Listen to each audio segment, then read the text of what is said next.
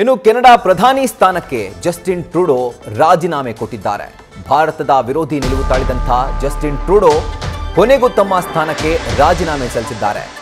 Trudeau ನಾಯಕತ್ವದ ಬಗ್ಗೆ ಭಾರಿ ಅಸಮಾಧಾನ ವ್ಯಕ್ತವಾದಂತಹ ಬೆನ್ನಲ್ಲೇ ಅವರು ರಿಸೈನ್ ಮಾಡಿದ್ದಾರೆ. ಇದರ ಜೊತೆಗೆ ಲಿಬರಲ್ ಪಕ್ಷದ ಮುಖ್ಯಸ್ಥನ ಸ್ಥಾನಕ್ಕೂ ಕೂಡ ಜಸ್ಟಿನ್ ಟ್ರೂಡೋ ರಾಜೀನಾಮೆ ಕೊಟ್ಟಿದ್ದಾರೆ.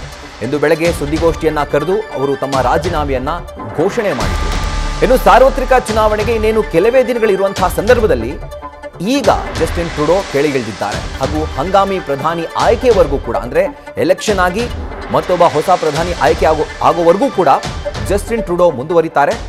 ಹಾಗೂ ಈಗ ಅವ್ರು ಏನು ಮಾಡಿದ್ದಾರೆ ಅಂತಂದ್ರೆ ಇಡೀ ವಿರೋಧ ಏನು ವ್ಯಕ್ತವಾಗಿತ್ತು, ಭಾರಿ ವಿರೋಧ, ಬರೀ ಕೆನಡಾದಲ್ಲಷ್ಟೇ ಅಲ್ಲ ಇಡೀ ವಿಶ್ವದಾದ್ಯಂತ ಅವರ ವಿದೇಶಿ ನೀತಿಗಳಿಗಿರ್ಬೋದು ಅಥವಾ ಕೆನಡಾದ ಒಂದು ಆರ್ಥಿಕ ಪರಿಸ್ಥಿತಿ ಇರಬಹುದು, ಅದೆಲ್ಲದರ ಕುರಿತಾಗಿ ಅವರಿಗೆ ಭಾರಿ ವಿರೋಧ ವ್ಯಕ್ತವಾಗಿತ್ತು.